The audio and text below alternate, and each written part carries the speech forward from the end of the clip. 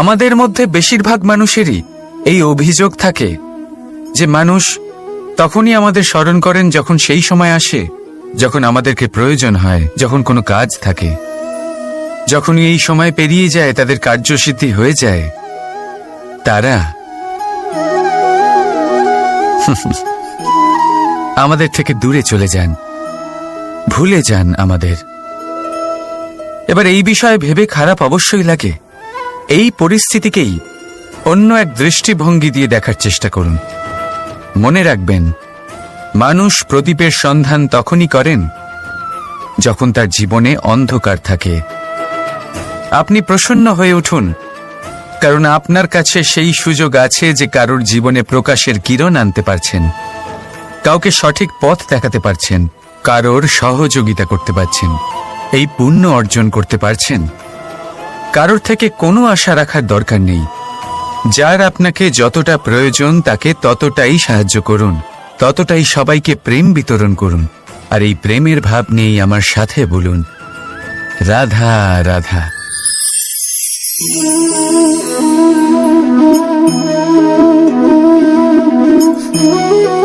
এই শুকনো পাতা দেখতে পাচ্ছেন? এটা কখনো গাছের ডালে ছিল, সবুজ তরতাজা, বৃক্ষকে পুষ্টি দান করত। কিন্তু যেই এটা শুকিয়ে গেল, যেই ও পুষ্টি সরবরাহ করা বন্ধ করে দিল, ওকে ফেলে দেওয়া হলো। এবার আপনি বলবেন, এটাই তো হলো সত্যি, এটাই তো হলো সংসারের তিক্ত সত্যি। এই সংসার ততক্ষণ পর্যন্তই আপনাকে নিজের সাথে রাখবে যতক্ষণ আপনি নিজেকে উপযুক্ত বানিয়ে রাখতে পারবেন। আমি এটা বলবো না যে এটা হলো মিথ্যে, কিন্তু এটা অবশ্যই বলবো যে এটা সম্পূর্ণ সত্যি নয়। সম্পূর্ণ সত্যি হলো এটাই যে যদি আপনি চান তাহলে চিরকালের জন্য সংসারকে পুষ্টি দান করতে পারেন, আর চিরকালের জন্য সংসার আপনাকে নিজের সঙ্গে রাখতে পারে। কিভাবে? এই শুকনো পাতার উদাহরণই আপনাকে দিচ্ছি। এই শুকনো পাতা প্রথমে টুকরো হবে, তারপরে বৃষ্টির জলের সাথে গলে যাবে, তারপর সার হবে, তারপর সেই বৃক্ষের গোড়াতেই সমাহিত হবে, একটা নতুন অঙ্কুরকে একটা নতুন জীবন দেবে। তাহলে আপনি ভাবুন, আপনি নিজের জীবনের সাথে কি করতে চান? যদি কখনো আপনি পড়ে যান, অসফল হয়ে থাকেন, তাহলে আপনি কি এই উৎসাহ হারিয়ে ফেলবেন, নাকি আবার উঠে দাঁড়াবেন আর আবার এক নতুন সংসারের রচনা করবেন? সিদ্ধান্ত আপনার।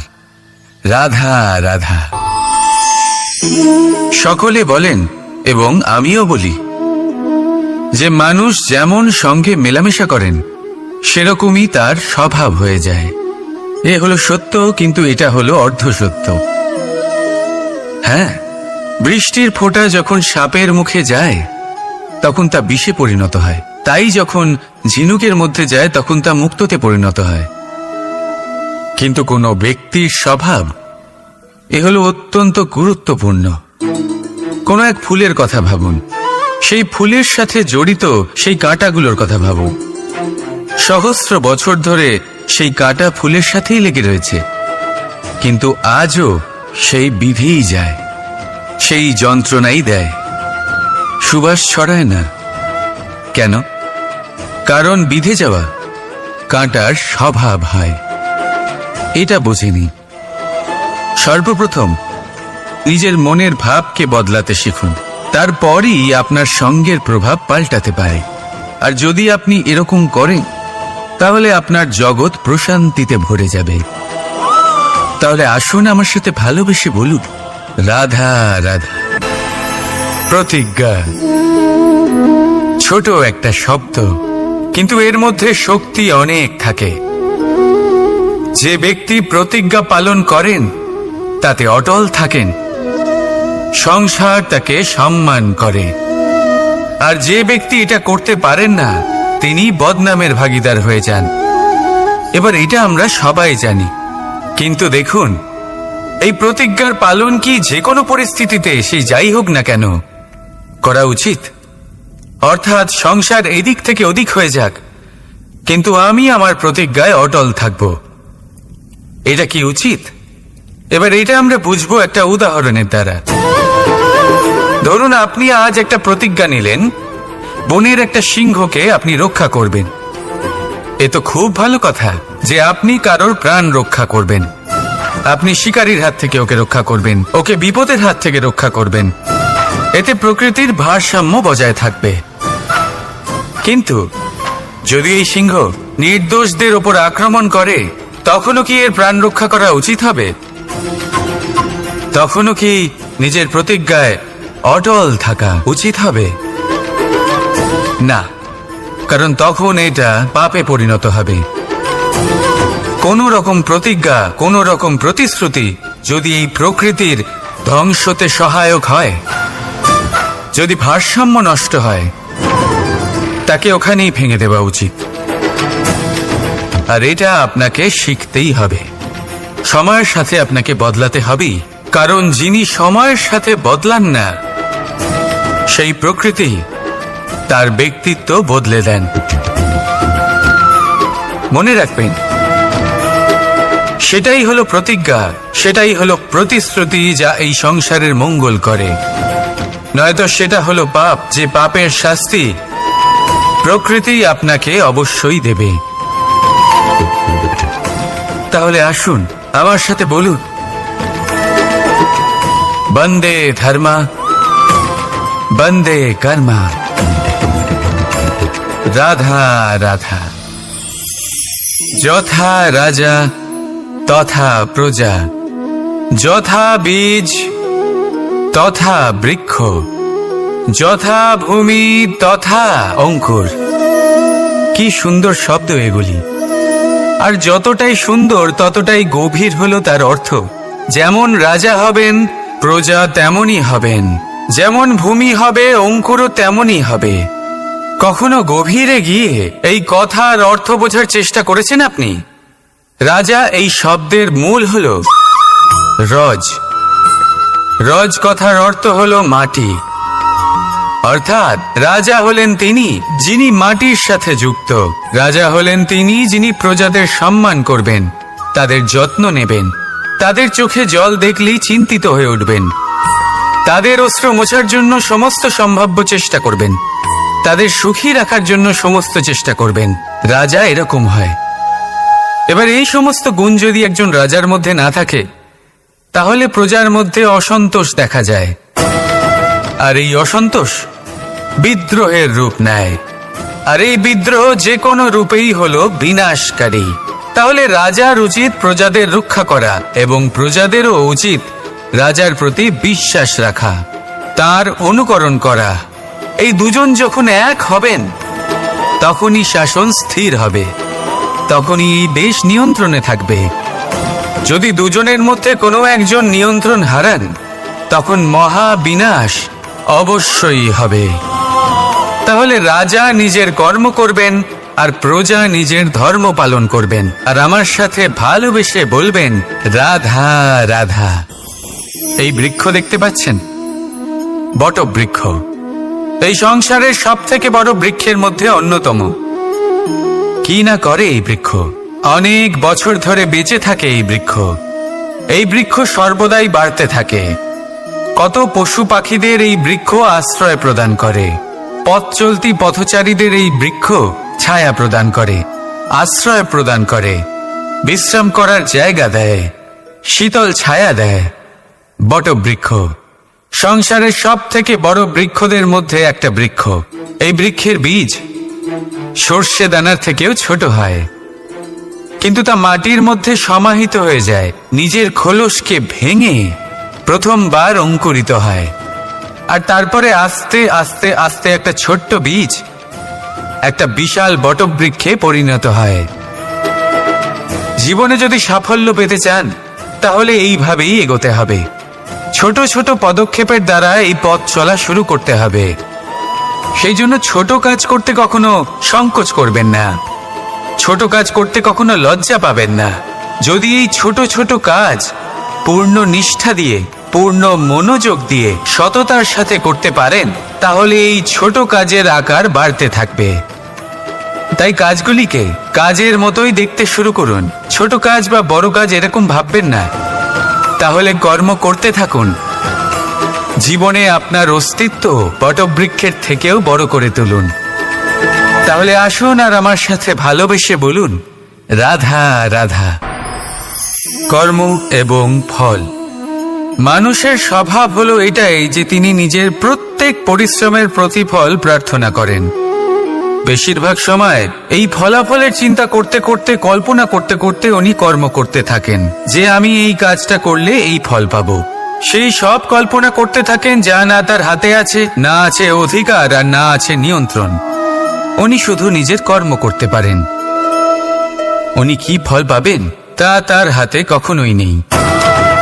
তাই আপনিও শুধুমাত্র কর্ম করতে থাকুন, ফলের চিন্তা করবেন না।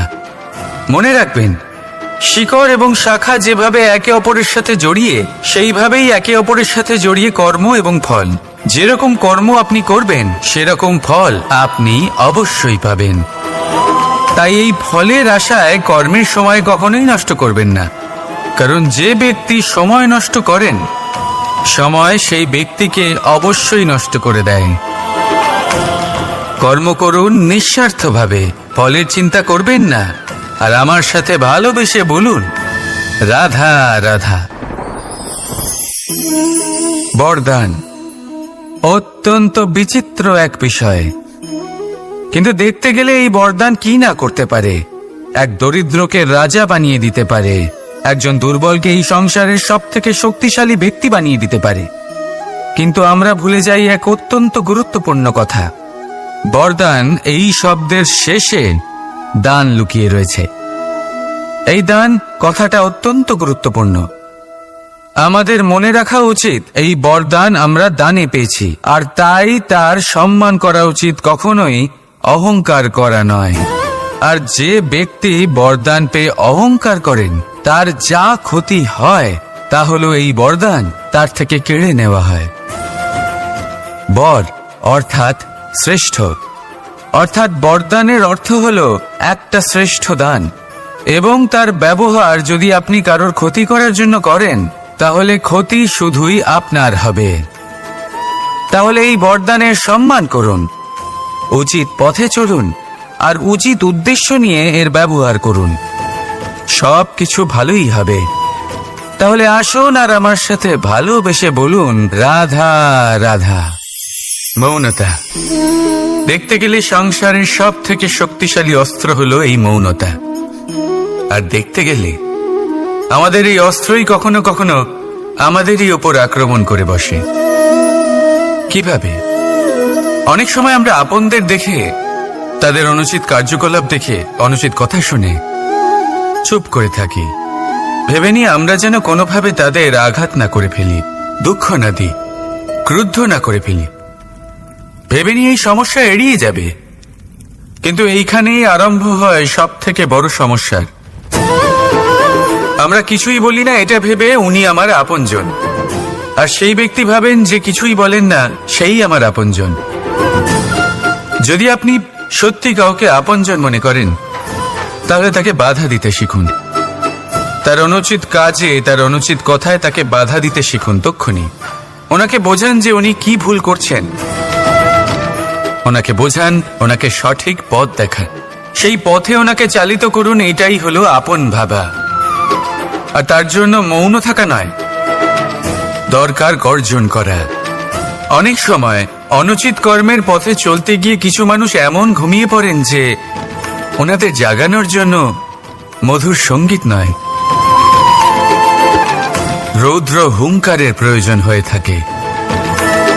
তাই আপনজনদের জাগান, শ্রেষ্ঠ কর্মের পথে ওনাদের চালিত করুন, আর আমার সাথে ভালোবেসে বলুন, রাধা রাধা। মায়ের আরো দুটো মহান গুণ, সাহস আর সম্বল। সাহস এটা যে সে তার সন্তানের জন্য সব কিছু করতে পারে, আর সম্বল যে সে তার সন্তানকে কখনো ভেঙে পড়তে দেবে না। একবার ভেবে দেখুন, যখনই আপনি আহত হন, চিৎকারের আগে মায়ের নাম কেন আসে? ভেবে দেখুন, যখন আপনার শক্তির প্রয়োজন পড়ে, সাহসের প্রয়োজন পড়ে, সামনের পথ আপনি দেখতে পাচ্ছেন যা অত্যন্ত কঠিন মনে হচ্ছে, তখন মুখ থেকে মায়ের নামই কেন বেরোয়? কারণ মা আমাদের সাহস যোগায়, মাই আমাদের ভরসাও যোগায়। মা জানেন কি করে আমাদের আঙুল ধরে আমাদের হাঁটতে শেখাতে হবে।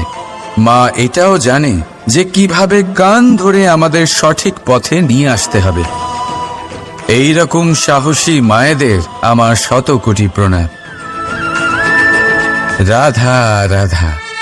বসন্ত ঋতু এলেই একটি মিষ্টি কুহুধ্বনি শোনা যায়, যা মনে বসে যায়। কোকিলের কুহুতান বড়ই মিষ্টি, বড়ই সুন্দর। আরেকটি পক্ষীও আছে যার স্বর বড়ই মিষ্টি, আমাদের বাড়ির আশেপাশেই থাকে। সবুজ রং, লাল ঠোঁট। ঠিক চিনেছেন আপনারা, টিয়া। এই দুই পক্ষী আমাদের ভীষণ ভালো লাগে, মনকে শান্তি দেয়। কিন্তু এই দুজনের মধ্যে অনেক পার্থক্য।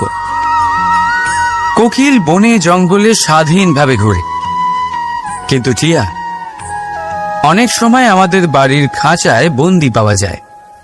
কেন হয় এরকম? কখনো ভেবেছেন? কারণ কোকিল নিজের ভাষা বলে, আর টিয়া বলে অন্যের শেখানো বলি। যারা নিজের ভাবনায় দৃঢ় থাকেন, নিজের আত্মার কথা শোনেন, সেটাই করেন আর সেটাই বলেন, তারা এই সংসারে স্বাধীন থাকেন। আর যারা অন্যের বুলি বলে, আত্মমন্থন না করে, তারা বন্দী হয়ে থাকেন, কখনো খাঁচায় আর কখনো ধারণায়। তাহলে কি হতে চান আপনি? কোকিল নাকি টিয়া? নির্ণয় আপনার। রাধা রাধা। সমস্ত সম্পর্কের ভিত হলো অটুট বিশ্বাস। এখন প্রশ্ন এই যে বিশ্বাস কাকে করা যায়? এটা বুঝতে গেলে আপনাকে আগে বুঝতে হবে যে বন্ধনে কাজে লাগে যে দড়ি, সেটা বানানো কি করে হয়। প্রত্যেক দড়িতে 3টি সুতো থাকে, যেগুলি একে অপরের সাথে জড়ানো থাকে। ব্যাস, বিশ্বাসের সাথেও ঠিক এটাই হয়। যদি আপনি তার সাথে বিশ্বাসের বন্ধনে জড়ান যে আপনার জীবনের এই 3টি সুতো জানেন, বোঝেন। প্রথম, আপনার হাসির পেছনে লুকোনো আপনার কষ্ট। দ্বিতীয়, আপনার ক্রোধের পেছনে লুকোনো আপনার প্রেম। আর তৃতীয়, আপনার মৌনতার আড়ালে লুকোনো আপনার শব্দের আগ্নেয়গিরি, আপনার অসহায়তা। যে ব্যক্তি আপনার জীবনের এই 3টি সুতো, এই 3টি কথা জানেন, যদি তার সাথে আপনি বিশ্বাসের বন্ধনে জড়ান, তার সাহায্যে জীবনের বড় বড় বাধা অতিক্রম করতে পারবেন। রাধা রাধা। উড়তে কে না ভালোবাসে? সাফল্যের মহা আকাশে গমন করতে কে না চায়? সবাই চায়। সবাই চায় যে এই সংসারে তাদের নাম, তাদের পরিচয় সব থেকে ওপরে থাকবে, যে তাদের নাম ইতিহাসে স্মরণীয় হয়ে থাকবে। কিন্তু সবার নাম ইতিহাসে লেখা হয় না। কিছু মানুষ নাম অর্জন করেও অনামী রয়ে যান। কেন? কারণ তারা এই ধরিত্রীর সাথে সম্পর্ক ভেঙে দেন। ভুলে যান এই কথাটা যে উড়ান সম্পূর্ণ হওয়ার পরে ধরিত্রী তাদের বিশ্রাম দেবে, যে তাদের কীর্তিতে যারা বাহুবা দেন, যারা প্রশংসা করেন, তারা পৃথিবীতেই থাকেন। আর এই পৃথিবীতে থাকা মানুষই ইতিহাস রচনা করে। তাই সাফল্যের আকাশে অবশ্যই উড়ুন, কিন্তু তাদের থেকে একেবারেই বিচ্ছিন্ন হবেন না যারা আপনার এই সাফল্যের মূল ভিত্তি। তবেই ইতিহাসে আপনার নাম হবে, আর তখনই আপনি ভবিষ্যতে প্রসন্ন থাকবেন। রাধা রাধা। যখন মা ক্ষীর তৈরি করেন তখন সেটা খেতে আমাদের খুব ভালো লাগে, তাই তো? কিন্তু মা কিভাবে ক্ষীর তৈরি করেন? প্রথমে উনি ভাত আর দুধের আয়োজন করেন, তারপর মিষ্টির আয়োজন করেন, তারপর উনি আগুনের আঁচে ওটাকে রাঁধেন। সহজ, তাই না?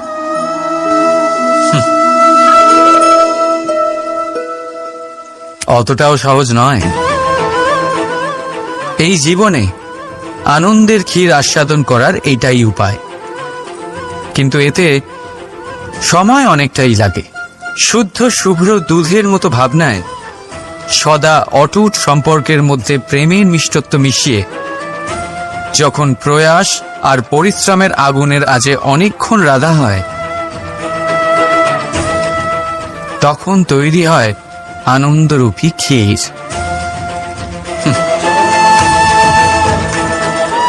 তাই মনে রাখবে, ভাবনার বিশুদ্ধতা, প্রেমের মিষ্টত্ব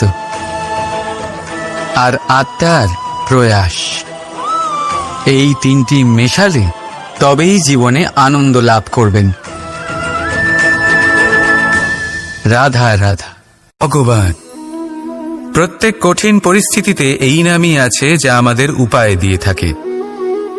ব্যক্তি যান, ভগবানের পুজো করেন, আরাধনা করেন, ব্রত পালন করেন, মন্দিরে যান, পুজো পাঠ করেন, ভগবানকে জাগিয়ে তোলেন, আর তারপর শুরু হয় সমস্ত প্রশ্ন। হে ভগবান, আমার সাথে এরকম কেন হচ্ছে? কেন আমারই জীবনে এত দুঃখ আছে? আমি কিভাবে এর সম্মুখীন হব? আমাকে কেন এত কষ্ট ভোগ করতে হচ্ছে? হে ভগবান, আমি কি করব? আমাকে সাহায্য করুন, কোনো রাস্তা দেখান।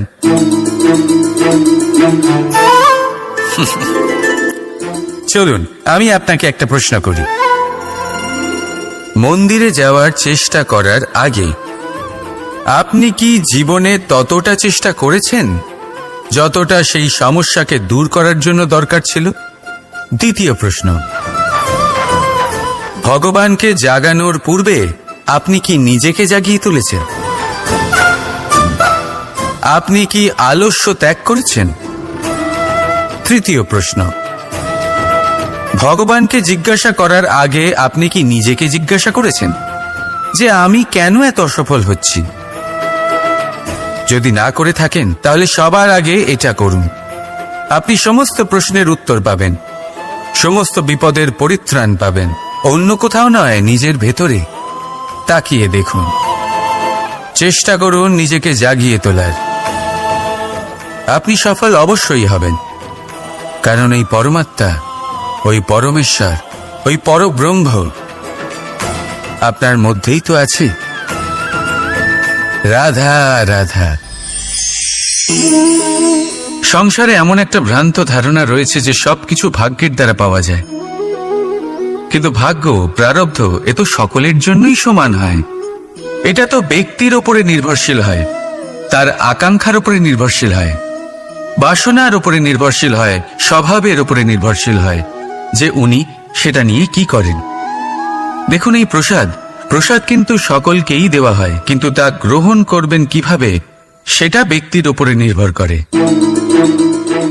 আপনাকে এক উদাহরণ দিই। যেমন ধরুন, দুজন মানুষকে আমি একটা করে মাটির ডেলা দিলাম, সেটা নিয়ে তারা কি করবেন?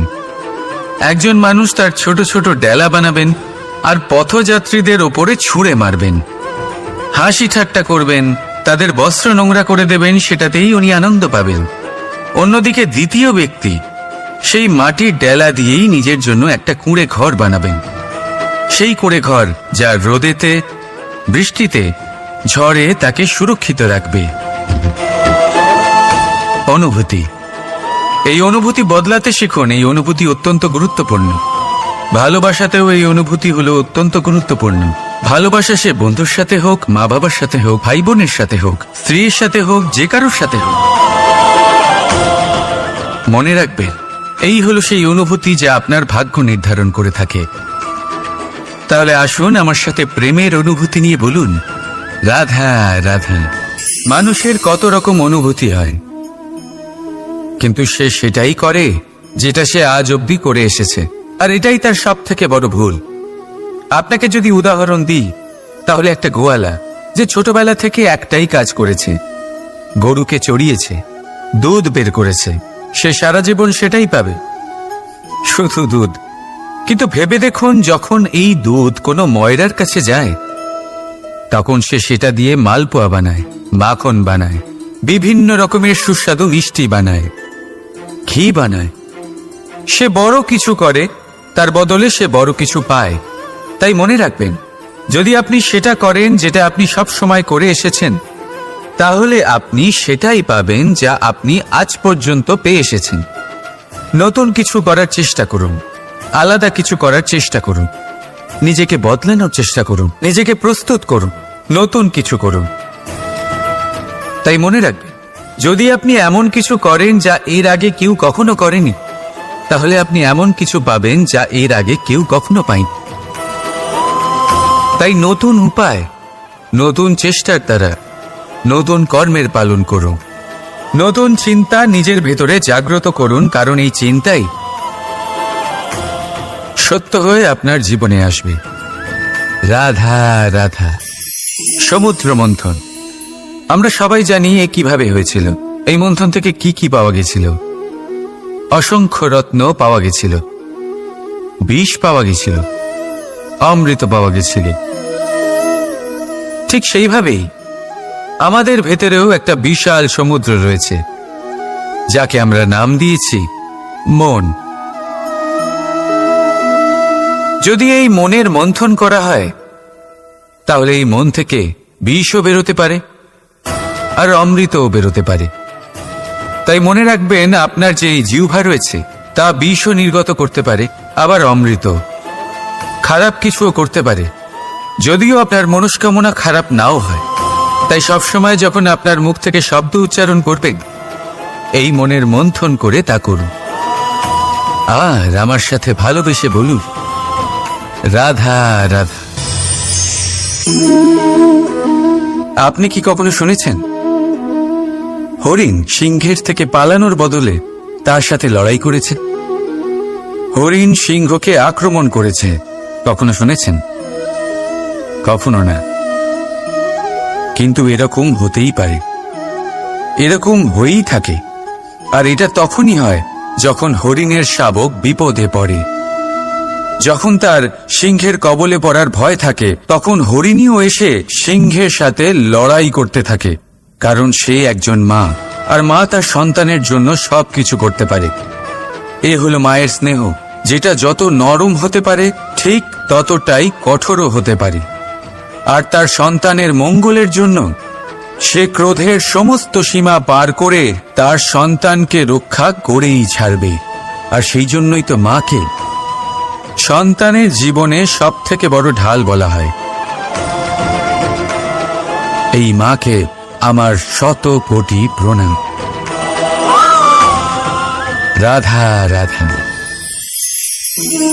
একে চিনতে পারলেন? একে কুঠার বলা হয়। আপনারা জীবনে কোথাও না কোথাও, কোনো না কোনো রূপে এটা দেখেই থাকবেন। একটা ব্যাপার নিশ্চিত, এই কুঠার ছাড়া কোনো বৃক্ষকে কাটতে পারা সরল নয়।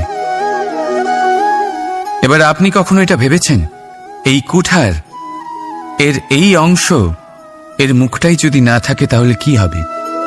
এ শুধুমাত্র কোনো বৃক্ষই নয়, তার কোনো ডালও কাটতে সক্ষম হবে না। এবারে ভাবুন, এই শুকনো কাঠের হাতল এ আমরা কোত্থেকে পেলাম? কোনো এক বৃক্ষ থেকেই। সেই ডাল যাকে কেটে ফেলা হয়েছিল, এক বৃক্ষকে কাটার জন্য এই ডালই শস্ত্ররূপে প্রস্তুত। আমাদের জীবনে আমাদের প্রিয়জন, আমাদের আপনজন যখন সময় কখনো কখনো তাদের সঙ্গ না দেয়, যদি তারা দৈন্য দশায় থাকেন, তাহলে তাদের সঙ্গ কখনো ছাড়বেন না। ওনাদের প্রয়োজন শুধুমাত্র মনোবল। তা তাদের দিন। তাদের সাহায্য করা আপনার কর্তব্য। হয়তো তাদের সাথে থেকে আপনার কোনো লাভ হবে না, কিন্তু তাদের দূরে থাকাতে আপনার ক্ষতি অবশ্যই হতে পারে। সর্বদা সাহায্য করুন, সঠিক সময় আসলে তা আপনার সহায়ক অবশ্যই হবে। রাধা রাধা। আমাদের মধ্যে বেশিরভাগ মানুষেরই এই অভিযোগ থাকে যে মানুষ তখনই আমাদের স্মরণ করেন যখন সেই সময় আসে যখন আমাদেরকে প্রয়োজন হয়, যখন কোনো কাজ থাকে। যখন এই সময় পেরিয়ে যায়, তাদের কার্যসিদ্ধি হয়ে যায়, তারা আমাদের থেকে দূরে চলে যান, ভুলে যান আমাদের। এবার এই বিষয়ে ভেবে খারাপ অবশ্যই লাগে। এই পরিস্থিতিকেই অন্য এক দৃষ্টিভঙ্গি দিয়ে দেখার চেষ্টা করুন। মনে রাখবেন, মানুষ প্রদীপের সন্ধান তখনই করেন যখন তার জীবনে অন্ধকার থাকে। আপনি প্রসন্ন হয়ে উঠুন, কারণ আপনার কাছে সেই সুযোগ আছে যে কারোর জীবনে প্রকাশের কিরণ আনতে পারছেন, কাউকে সঠিক পথ দেখাতে পারছেন, কারোর সহযোগিতা করতে পারছেন, এই পুণ্য অর্জন করতে পারছেন। কারোর থেকে কোনো আশা রাখার দরকার নেই। যার আপনাকে যতটা প্রয়োজন তাকে ততটাই সাহায্য করুন, ততটাই সবাইকে প্রেম বিতরণ করুন। আর এই প্রেমের ভাব নিয়েই আমার সাথে বলুন, রাধা রাধা।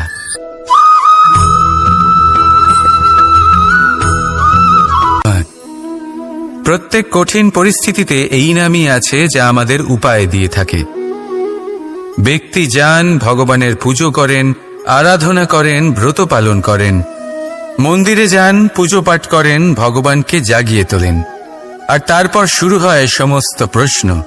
হে ভগবান, আমার সাথে এরকম কেন হচ্ছে? কেন আমারই জীবনে এত দুঃখ আছে? আমি কিভাবে এর সম্মুখীন হব? আমাকে কেন এত কষ্ট ভোগ করতে হচ্ছে? হে ভগবান, আমি কি করব? আমাকে সাহায্য করুন, কোনো রাস্তা দেখান।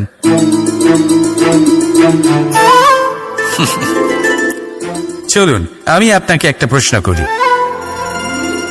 মন্দিরে যাওয়ার চেষ্টা করার আগে আপনি কি জীবনে ততটা চেষ্টা করেছেন যতটা সেই সমস্যাকে দূর করার জন্য দরকার ছিল? দ্বিতীয় প্রশ্ন, ভগবানকে জাগানোর পূর্বে আপনি কি নিজেকে জাগিয়ে তুলেছেন? আপনি কি আলস্য ত্যাগ করেছেন? তৃতীয় প্রশ্ন, ভগবানকে জিজ্ঞাসা করার আগে আপনি কি নিজেকে জিজ্ঞাসা করেছেন যে আমি কেন এত অসফল হচ্ছি? যদি না করে থাকেন তাহলে সবার আগে এটা করুন। আপনি সমস্ত প্রশ্নের উত্তর পাবেন, সমস্ত বিপদের পরিত্রাণ পাবেন। অন্য কোথাও নয়, নিজের ভেতরে তাকিয়ে দেখুন। চেষ্টা করুন নিজেকে জাগিয়ে তোলার। আপনি সফল অবশ্যই হবেন, কারণ এই পরমাত্মা, ওই পরমেশ্বর, ওই পরব্রহ্ম আপনার মধ্যেই তো আছে। রাধা রাধা। সংসারে এমন একটা ভ্রান্ত ধারণা রয়েছে যে সবকিছু ভাগ্যের দ্বারা পাওয়া যায়, কিন্তু ভাগ্য, প্রারব্ধ এ তো সকলের জন্যই সমান হয়। এটা তো ব্যক্তির ওপরে নির্ভরশীল হয়, তার আকাঙ্ক্ষার উপরে নির্ভরশীল হয়, বাসনার উপরে নির্ভরশীল হয়, স্বভাবের উপরে নির্ভরশীল হয় যে উনি সেটা নিয়ে কি করেন। দেখুন, এই প্রসাদ কিন্তু সকলকেই দেওয়া হয়, কিন্তু তা গ্রহণ করবেন কিভাবে সেটা ব্যক্তির উপরে নির্ভর করে। আপনাকে এক উদাহরণ দিই। যেমন ধরুন, দুজন মানুষকে আমি একটা করে মাটির ডেলা দিলাম, সেটা নিয়ে তারা কি করবেন? একজন মানুষ তার ছোট ছোট ডেলা বানাবেন আর পথযাত্রীদের ওপরে ছুঁড়ে মারবেন, হাসি ঠাট্টা করবেন, তাদের বস্ত্র নোংরা করে দেবেন, সেটাতেই উনি আনন্দ পাবেন। অন্যদিকে দ্বিতীয় ব্যক্তি সেই মাটির ডেলা দিয়েই নিজের জন্য একটা কুঁড়ে ঘর বানাবেন। সেই কুঁড়ে ঘর যা রোদেতে, বৃষ্টিতে, ঝড়ে তাকে সুরক্ষিত রাখবে। অনুভূতি, এই অনুভূতি বদলাতে শিখুন। এই অনুভূতি অত্যন্ত গুরুত্বপূর্ণ। ভালোবাসাতেও এই অনুভূতি হলো অত্যন্ত গুরুত্বপূর্ণ। ভালোবাসা সে বন্ধুর সাথে হোক, মা বাবার সাথে হোক, ভাই বোনের সাথে হোক, স্ত্রীর সাথে হোক, যে কারোর সাথে হোক। মনে রাখবেন, এই হলো সেই অনুভূতি যা আপনার ভাগ্য নির্ধারণ করে থাকে। তাহলে আসুন আমার সাথে প্রেমের অনুভূতি নিয়ে বলুন, রাধা রাধা। মানুষের কত রকম অনুভূতি হয়, কিন্তু সে সেটাই করে যেটা সে আজ অবধি করে এসেছে, আর এটাই তার সব থেকে বড় ভুল। আপনাকে যদি উদাহরণ দিই, তাহলে একটা গোয়ালা যে ছোটবেলা থেকে একটাই কাজ করেছে, গরুকে চড়িয়েছে, দুধ বের করেছে, সে সারা জীবন সেটাই পাবে, শুধু দুধ। কিন্তু ভেবে দেখুন, যখন এই দুধ কোনো ময়রার কাছে যায়, তখন সে সেটা দিয়ে মালপোয়া বানায়, মাখন বানায়, বিভিন্ন রকমের সুস্বাদু মিষ্টি বানায়, ঘি বানায়। সে বড় কিছু করে, তার বদলে সে বড় কিছু পায়। তাই মনে রাখবেন, যদি আপনি সেটা করেন যেটা আপনি সব সময় করে এসেছেন, তাহলে আপনি সেটাই পাবেন যা আপনি আজ পর্যন্ত পেয়ে এসেছেন। নতুন কিছু করার চেষ্টা করুন, আলাদা কিছু করার চেষ্টা করুন, নিজেকে বদলানোর চেষ্টা করুন, নিজেকে প্রস্তুত করুন, নতুন কিছু করুন। তাই মনে রাখবেন, যদি আপনি এমন কিছু করেন যা এর আগে কেউ কখনো করেনি, তাহলে আপনি এমন কিছু পাবেন যা এর আগে কেউ কখনো পায়নি। তাই নতুন উপায়, নতুন চেষ্টার দ্বারা নতুন কর্মের পালন করুন। নতুন চিন্তা নিজের ভেতরে জাগ্রত করুন, কারণ এই চিন্তাই সত্য হয়ে আপনার জীবনে আসবে। রাধা রাধা। সমুদ্র মন্থন, আমরা সবাই জানি এ কিভাবে হয়েছিল। এই মন্থন থেকে কি কি পাওয়া গেছিল? অসংখ্য রত্ন পাওয়া গেছিল, বিষ পাওয়া গেছিল, অমৃত পাওয়া গেছিল। ঠিক সেইভাবেই আমাদের ভেতরেও একটা বিশাল সমুদ্র রয়েছে, যাকে আমরা নাম দিয়েছি মন। যদি এই মনের মন্থন করা হয়, তাহলে এই মন থেকে বিষও বেরোতে পারে, আর অমৃতও বেরোতে পারে। তাই মনে রাখবেন, আপনার যে জিহ্বা রয়েছে তা বিষও নির্গত করতে পারে, আবার অমৃত। খারাপ কিছুও করতে পারে, যদিও আপনার মনস্কামনা খারাপ নাও হয়। তাই সবসময় যখন আপনার মুখ থেকে শব্দ উচ্চারণ করবেন, এই মনের মন্থন করে তা করুন। আর আমার সাথে ভালোবেসে বলুন, রাধা রাধা। আপনি কি কখনো শুনেছেন হরিণ সিংহের থেকে পালানোর বদলে তার সাথে লড়াই করেছে? হরিণ সিংহকে আক্রমণ করেছে, কখনো শুনেছেন? কখনো না। কিন্তু এরকম হতেই পারে, এরকম হয়েই থাকে। আর এটা তখনই হয় যখন হরিণের শাবক বিপদে পড়ে। যখন তার সিংহের কবলে পড়ার ভয় থাকে, তখন হরিণীও এসে সিংহের সাথে লড়াই করতে থাকে। কারণ সে একজন মা, আর মা তার সন্তানের জন্য সবকিছু করতে পারে। এ হলো মায়ের স্নেহ, যেটা যত নরম হতে পারে ঠিক ততটাই কঠোরও হতে পারে। আর তার সন্তানের মঙ্গলের জন্য সে ক্রোধের সমস্ত সীমা পার করে তার সন্তানকে রক্ষা করেই ছাড়বে। আর সেই জন্যই তো মাকে সন্তানের জীবনে সব থেকে বড় ঢাল বলা হয়। এই মাকে আমার শত কোটি প্রণাম। রাধা রাধা। একে চিনতে পারলেন? একে কুঠার বলা হয়। আপনারা জীবনে কোথাও না কোথাও কোনো না কোনো রূপে এটা দেখেই থাকবেন। একটা ব্যাপার নিশ্চিত, এই কুঠার ছাড়া কোনো বৃক্ষকে কাটতে পারা সরল নয়। এবার আপনি কখনো এটা ভেবেছেন, এই কুঠার এর এই অংশ, এর মুখটাই যদি না থাকে তাহলে কি হবে? এ শুধুমাত্র কোনো বৃক্ষই নয়, তার কোনো ডালও কাটতে সক্ষম হবে না। এবারে ভাবুন, এই শুকনো কাঠের হাতল এ আমরা কোত্থেকে পেলাম? কোনো এক বৃক্ষ থেকেই। সেই ডাল যাকে কেটে ফেলা হয়েছিল, এক বৃক্ষকে কাটার জন্য এই ডালই শস্ত্ররূপে প্রস্তুত। আমাদের জীবনে আমাদের প্রিয়জন, আমাদের আপনজন যখন সময় কখনো কখনো তাদের সঙ্গ না দেয়, যদি তারা দৈন্য দশায় থাকেন, তাহলে তাদের সঙ্গ কখনো ছাড়বেন না। ওনাদের প্রয়োজন শুধুমাত্র মনোবল। তা তাদের দিন, তাদের সাহায্য করা আপনার কর্তব্য। হয়তো তাদের সাথে থেকে আপনার কোনো লাভ হবে না, কিন্তু তাদের দূরে থাকাতে আপনার ক্ষতি অবশ্যই হতে পারে। সর্বদা সাহায্য করুন, সঠিক সময় আসলে তা আপনার সহায়ক অবশ্যই হবে। রাধা রাধা।